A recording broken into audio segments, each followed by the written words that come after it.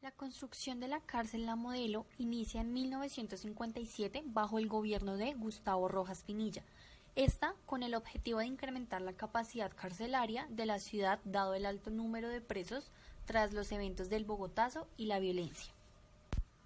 Se inaugura el 1 de enero de 1960 con el nombre de Cárcel Jorge Eliezer Gaitán y con capacidad inicial para 720 internos en 5 pabellones. Como consecuencia del conflicto armado en Colombia, el número de presos en la prisión aumenta de manera significativa durante los años 80, 90 y 2000, lo que generó una fuerte aglomeración en este periodo. Sumando el deterioro del interior del penal y la falta de acciones por parte de las autoridades. En la cárcel La Modelo se dio la llegada concentrada de presos que proceden de grupos paramilitares de extrema derecha o de grupos guerrilleros de extrema izquierda, los cuales fueron responsables de múltiples motines y homicidios, destacando en los años 2000 y 2001 y dejando cientos de muertos y desaparecidos. Luego de este periodo crítico, aunque hasta el día de hoy los problemas relacionados con el deterioro de la infraestructura penitenciaria, la falla de los servicios médicos, la corrupción, las violaciones a los derechos de los detenidos y el hacinamiento continúan extendiéndose, el IMPEC ha recuperado su protección frente al control penitenciario.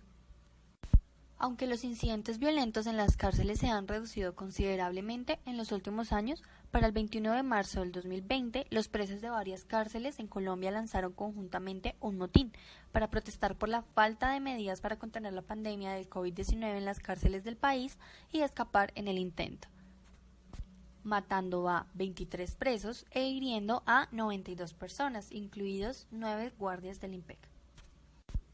Entre los prisioneros más notables que han pasado por La Modelo se destacan Alfonso Cano, comandante en jefe de las FARC, John Jairo Velázquez, alias Popeye, jefe de sicarios del Cartel de Medellín y Pablo Escobar, Manuel Cepeda, político miembro de la Unión Patriótica, Miguel Rodríguez Orejuela, capo del Cartel de Cali, Nepomuceno Mantallana, asesino en serie, René Higuita, arquero de la selección de fútbol de Colombia. La dignidad humana de los presos es muy peculiar tratándose de Colombia. Para comenzar, estamos hablando de que la seguridad en el centro es muy escasa. Esto provoca un bajo orden o dificultad para lo mismo. El trato con el que se manejan estos presos es denigrante, desde que sirven sus alimentos hasta el sitio donde habitan día tras día. Contado por algunos presos, la comida viene de barriles en donde la repartición de comida es un momento crítico para los funcionarios, ya que el hambre en los presos es notorio, esperando que al final del día puedan comer. Expuestos al sol todo el día, exclaman que hasta los animales viven mejor que ellos. No hay espacio para acomodar a todos los presos que maneja este centro. Lavan los platos en donde comen con las tuberías o cañerías dañadas, en donde es el único acceso de agua. También hacen sus necesidades en bolsas o botellas, duermen en los pabellones, haciendo que se sientan más indignos los presos. La salubridad del sitio resulta intolerable. En los baños, los presos se quejan del olor, ya que el aseo es nulo. Esto saca lo peor de los internos. Afirman que las autoridades colombianas saben de su situación y aún así es nula su presencia. Para sobrevivir, son los mismos presos que mantienen sus reglas en cada pabellón, y ni hablar de la atención médica. Los pasillos hacia sus habitaciones son zonas de comida, de baño y de descanso, en donde una habitación pueden dormir hasta 9 internos. En marzo del 2020, el mundo inició un enfrentamiento ante el COVID-19, pandemia que cambió completamente el ritmo de las cosas al punto de tenernos a todos encerrados en casa, preferiblemente libres de aglomeraciones. Pero, ¿qué pasaba en ese momento en las cárceles? Siendo lugares susceptibles y vulnerables, el pánico se apoderó de los reclusos en la cárcel La Modelo de Bogotá, puesto que al no haber garantías en salud, se formaron amotinamientos el 22 de marzo del 2020, dejando 23 muertos. Posteriormente a esto, se decidió enviar a los reclusos más vulnerables a detención domiciliaria e incluso se dejaron presos con condenas menores en libertad. Sin embargo, los casos comenzaron a aumentar. Un año después, el 26 de febrero del 2021, mediante las radios de las cárceles se les informó a los reclusos que comenzarían los proyectos de inmunización de acuerdo al Plan Nacional de Vacunación, iniciando por los adultos mayores de 80 años. Durante la primera semana se inmunizó al 26% a la población mayor de 80 años y se continúa de acuerdo al Plan Nacional. Esta cárcel tiene libertad de culto, aunque cuenta con una inclinación al cristianismo. Esto se evidencia por la capilla con la que cuentan y la música que se pone de forma frecuente. La capilla es alusiva al catolicismo y la música es cristiana. La religión para algunos reclusos es forma de apoyo y de fe. Para otros es una forma de pasar el tiempo y salir de la rutina, como si se tratara de cualquier otro taller. La Modelo es una cárcel masculina que cuenta con aproximadamente 4.370 presidiarios. 65 reclusos se reconocen como parte de la comunidad LGTBIQ. En la cárcel son pocos los que reconocen su identidad sexual como parte de esta comunidad, por miedo al trato que les pueden llegar a dar. Esto dado al machismo que se fomenta en las cárceles. Karen Patiño, mujer trans, es vocera de esta comunidad. Años atrás no existía el reconocimiento de los trans como género, por lo tanto, no era posible que las mujeres trans entraran a una cárcel femenina. En este centro penitenciario se evidencia la falta de igualdad. La desigualdad se resalta en las comunidades minoritarias. Se puede llegar a notar discriminación de parte de otros reclusos o hasta del personal de seguridad. Pero estos grupos no son los únicos afectados.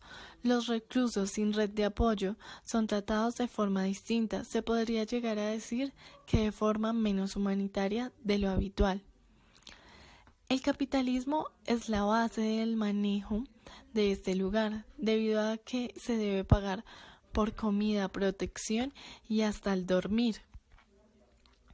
Esto dicho, se suponen derechos de los carcelarios, pero en realidad son privilegios.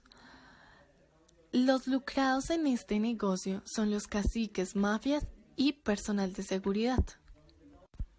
Ley 65 de 1993, Código Penitenciario y Carcelario. Artículo 3. Igualdad. Se prohíbe toda forma de discriminación por razones de sexo, raza, origen nacional o familiar, lengua, religión, opinión política o filosófica. Lo anterior no obsta para que puedan establecer distinciones razonables por motivos de seguridad, de resocialización y para el cumplimiento de la sentencia de la política penitenciaria y carcelaria.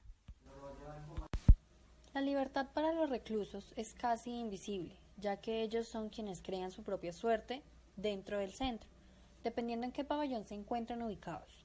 Para esto, tienen la libertad de emprender para sobrevivir, creando sus propios negocios que les permite obtener beneficios. Por otro lado, los presos que tengan entradas económicas también poseen beneficios, como lo son las celdas personales, evitando que duerman en los patios o pasillos. Obtienen comida a cambio de dinero o, si prestan servicios comunitarios dentro del centro, se les permitirá más raciones de comida. Muchos de los presos exclaman que no les respetan sus derechos como seres humanos, pero por otro lado también saben que no pueden hacer nada para cambiar el trato con el que los manejan.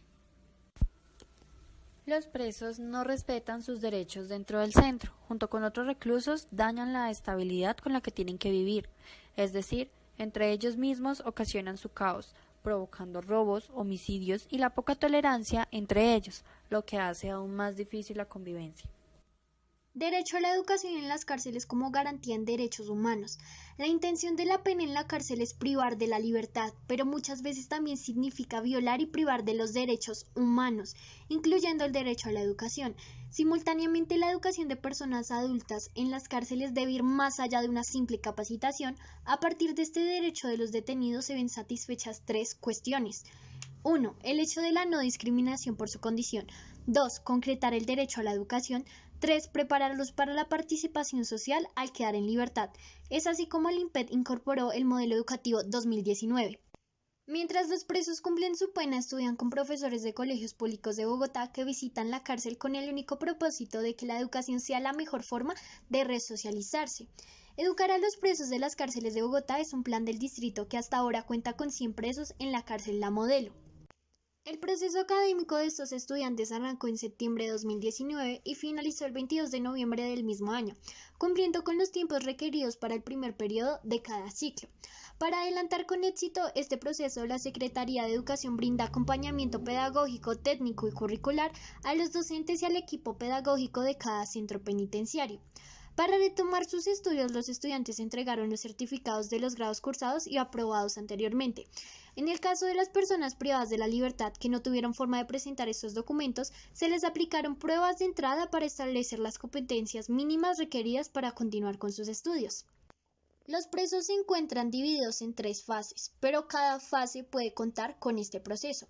Para la fase de alta seguridad se ofrecen programas orientados a la intervención individual y grupal a través de la educación formal, no formal e informal, en el desarrollo de habilidades y destrezas artísticas, artesanales, de servicios, participación en grupos culturales, deportivos, recreativos o también literarios. Fase de mediana seguridad. Los programas educativos y laborales que se ofrecen en esta fase se basan en la intervención individual y grupal. Permiten el fortalecimiento de competencias psicosociales y ocupaciones a través de la educación formal.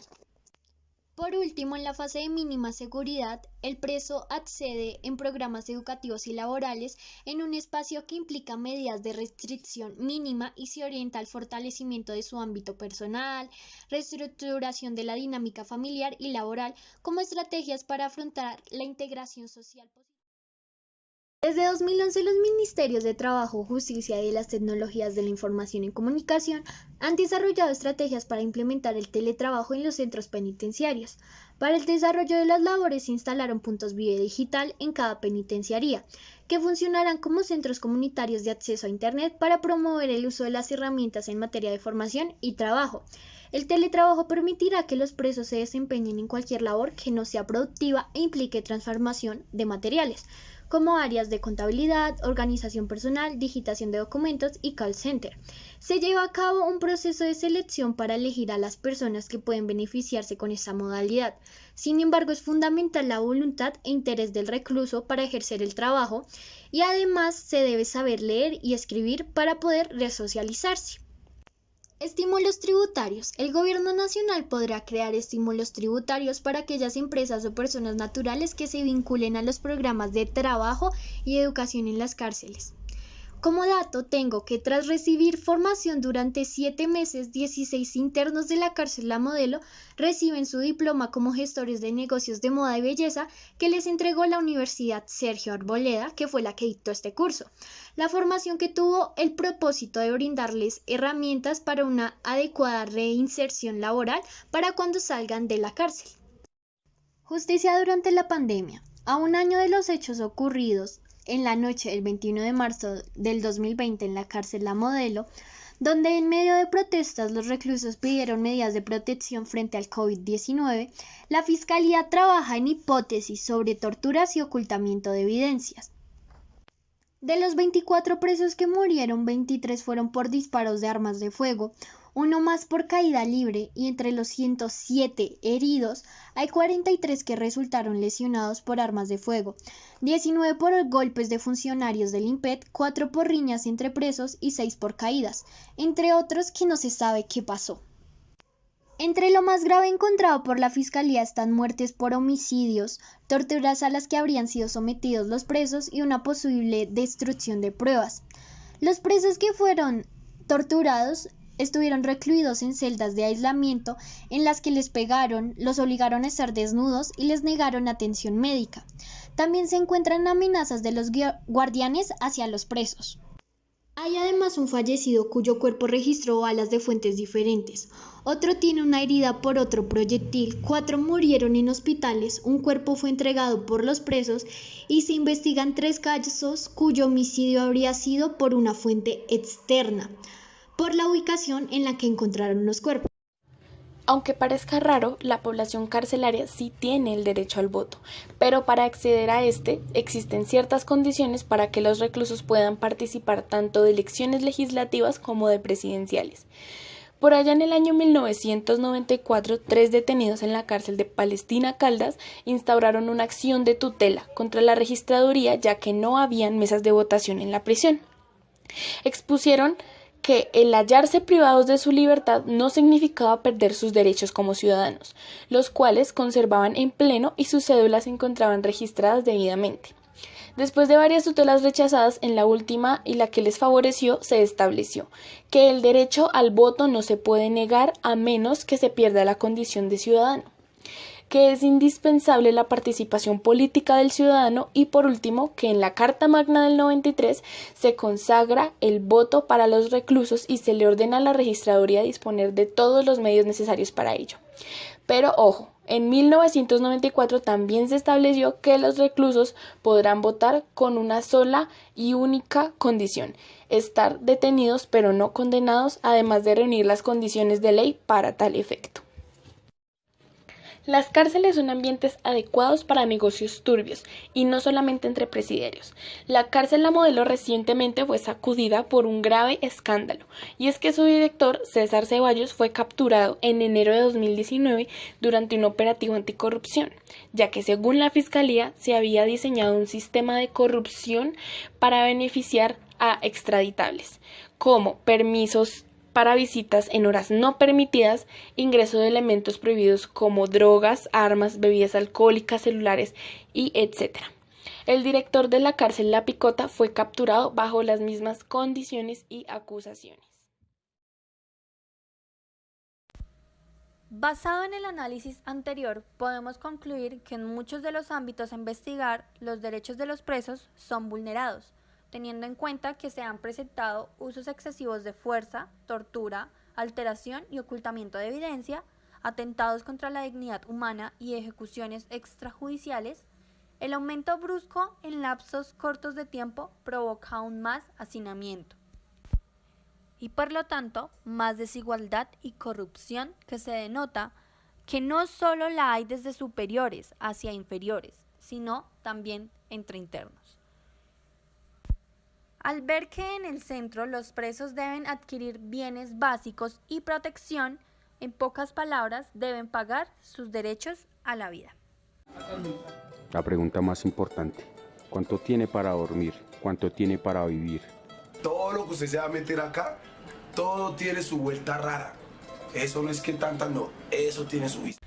Claro que una vez que entras en aquel lugar, sabes y conoces todo lo que puedes llegar a pasar si estás en manos de los demás presos y de la justicia colombiana. Como ciudadano, pierdes el privilegio de tener los derechos básicos de ser, así como también pierdes el trato digno de todos.